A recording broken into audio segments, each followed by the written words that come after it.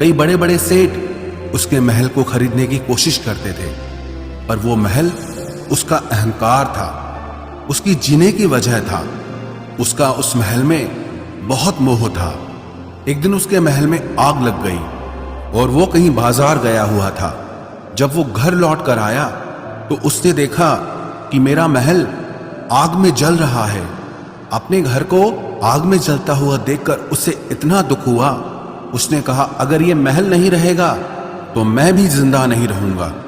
अगर मेरा महल ही जल रहा है तो मैं जी के क्या करूंगा।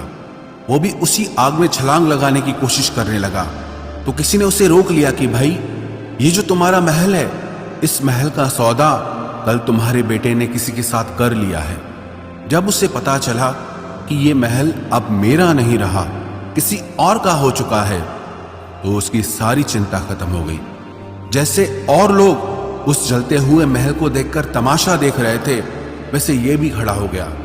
इतनी ही देर में उसका बेटा आया। वो अपने बेटे को देखकर बहुत प्रसन्न हुआ, उसे आशीर्वाद देने लगा कि तेरे जैसा बेटा तो बहुत भाग्यों से मिलता है।